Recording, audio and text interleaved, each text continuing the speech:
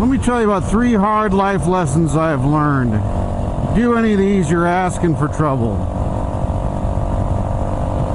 1, never keep a lady waiting. 2, never get laid or masturbate after cutting up jalapenos, no matter how thoroughly you think you've washed your hands. And 3, never go riding without the appropriate amount of armor on. Asking for trouble.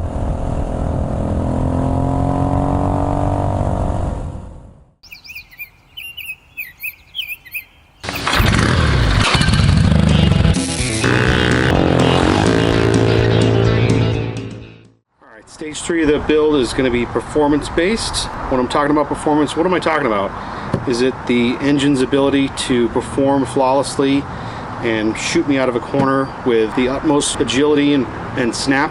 Not really. Performance on an off-road motorcycle is more about the suspension's performance, the frame's performance, the engine's performance a little bit, and mostly the tire's performance. So that's what we're going to focus on today. Now, what makes a tire perform well? Its ability to be confidence-inspiring, its ability to grip the rocks, sand, mud, whatever terrain you're on. This is the Innova Super X Gear R. I've never heard of it, but as you can see, I've been on one ride. A lot of these knobs are already chunked out. The center knobs are starting to chunk on the drive side. A couple of knobs, look, this one's gone completely. I noticed one of the side knobs, look at this one, sheared right off. That is garbage performance. This won't do, so we're going to change that out. This front tire is the Tusk D Sport or Dual Sport. This is a pretty good tire for a dual sport tire, but I want something more grippy. I want to take this and test it on some decently technical single track. So I want something that's going to perform well on single track, and that's not this guy.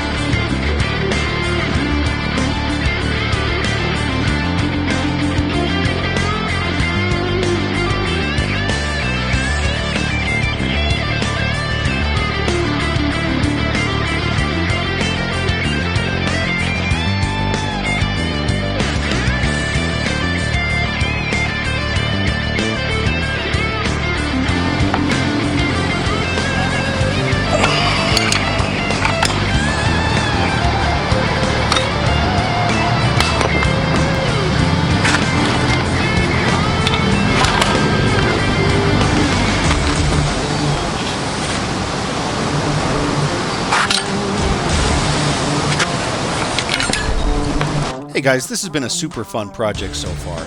I'm really excited to get out and ride this thing and see what she's made of on the single track, as well as see how it does on the open road. It's always nice to find one of those unicorn bikes where you can take it down the highway and at the same time it's light enough to take on some decently technical single track and still have a good time, and it's not too heavy and beating you up out there on the trails. When I was a bit younger, I didn't have the money I have now to put into a project like this, even though this bike really didn't cost me that much in the end anyway.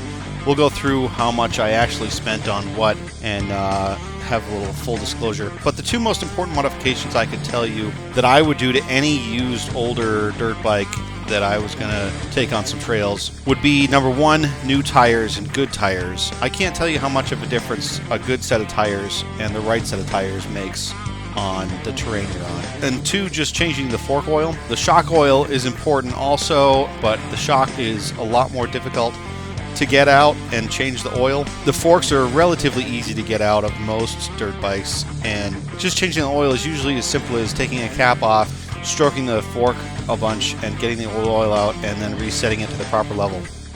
old oil gets filled with dirt and gets sludgy and causes the fork to get a little bit sticky, it's always amazing to me how much of a difference changing the fork oil makes with suspension performance. It just makes it feel smoother, more accurate, more stable.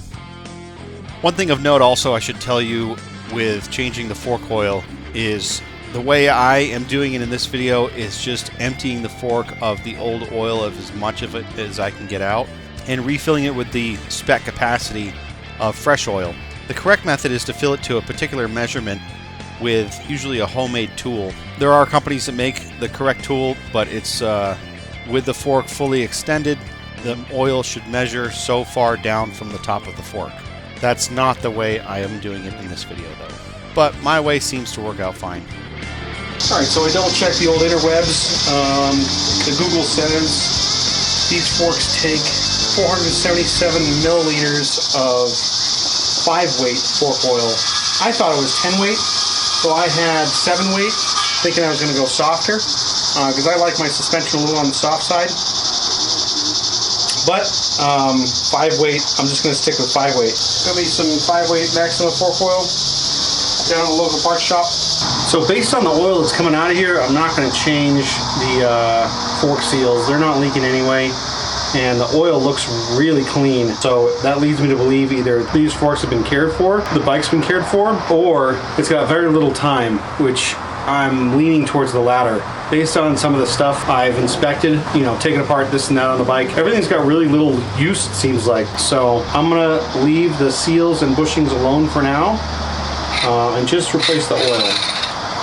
New oil usually makes a world of difference with performance anyway.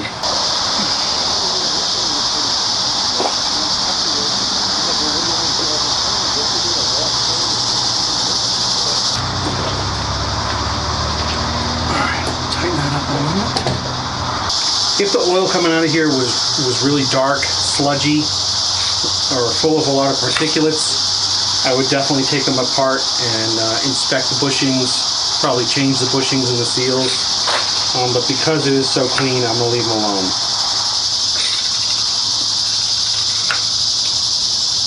I'm kind of the mind, if it ain't broke, don't fix it. And now would be a great time to replace the fork seals with the fresh ones, but they're not leaking, so I'm going to leave them alone.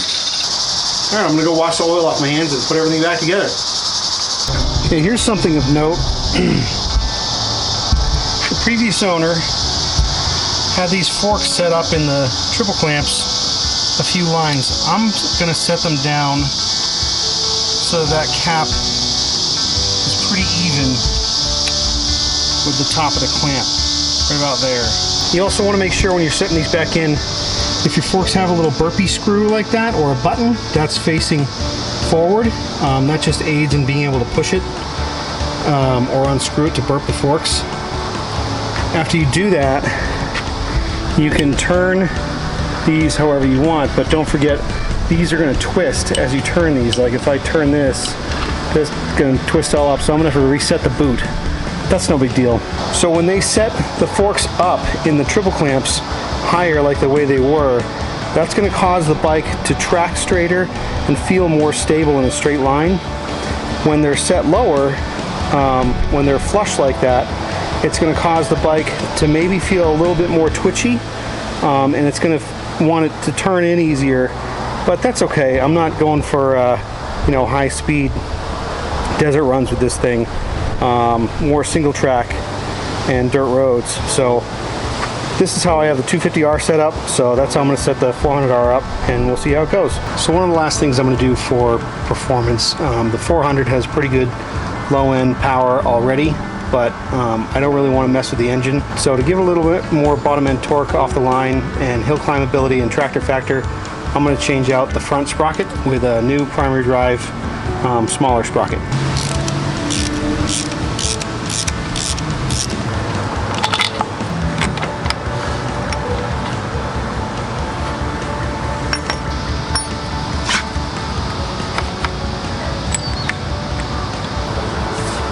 This one has a different retaining system, has an E-clip.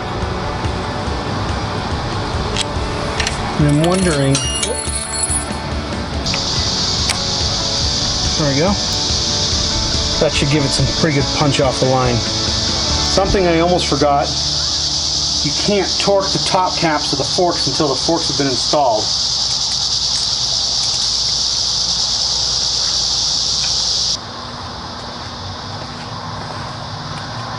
Alright, by golly, I think she's ready. All work's done. I can't wait to test out everything, see how it all performs. I'll give you guys a little walk around, see what's going on. So it started out as a pretty good bike already, pretty solid foundation. The big tank, comfort seats on there, my rack, my bags, my hand guards. As far as performance, got a pair of new shoes on there. This is the Tusk Recon Hybrid Gummy. I am excited to see how that sucker performs. Should hook up really nicely. On the front, I got the Bridgestone M59. This is a motocross tire, but everybody online says, and everything I've heard, including Jeff Slavens. Anybody who's in the off-road community knows Jeff Slavens is a huge name and knows what the heck he's talking about. So people are saying this is one of the best off-road tires you can buy, even though it's a motocross tire. The compound's just right, and it hooks up beautifully on rocks, dirt, sand, you name it. This is supposed to be the go-to tire, so I'm excited to see how it performs. But wait, Eric, this is a plated dual sport bike, more or less, and you're telling me you're running non-DOT tires? What? Get out of town. I've tried a couple of streetable tires, namely the D404, supposed to be DOT approved, yet decent off-road tread. They do not hook up like a true off-road tire. I would much rather sacrifice a little bit of on-road performance for off-road grip and off-road performance. I don't think the Stadies are going to pull me over and be like, wait a minute, let's see if you got DOT approval on them tires, boy.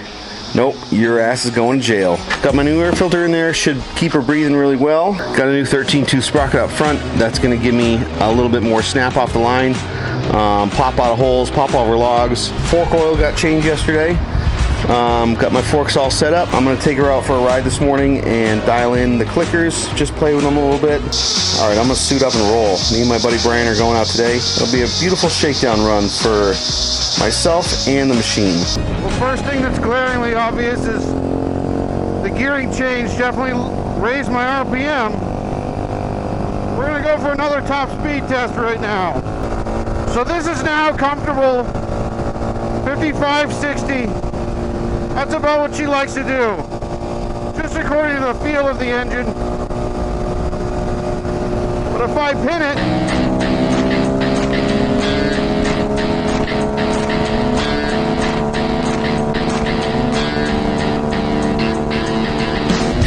wow, it actually will go just as fast, maybe even faster. I guess that's because the gearing changed the amount of torque going to the rear wheel. But it's definitely more of an around-town bike now. Not that it was a highway bike before. Another thing I noticed quickly about these new tires is the front is twitchy on the pavement, but it's not designed for the pavement. Another thing I noticed, this thing has a great intake noise now. Now that that snorkel thing is removed. Listen to this. Oh, what's this guy doing?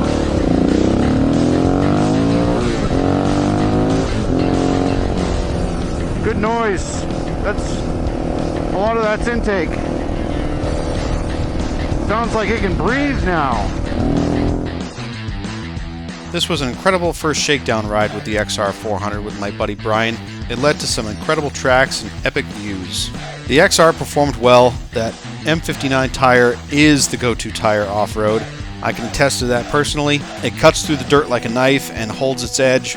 The old Tusk D-Sport felt a little sloppy off-road, and the new M59 feels like a razor blade.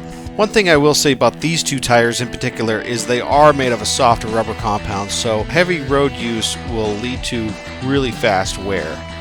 The softer compound will lead to quicker wear in the dirt as well, but that's a sacrifice I'm willing to make for excellent traction. There's a lot to love about these old XRs. They're simple, lightweight, and reliable. I sure am looking forward to a lot more fun adventures on this thing.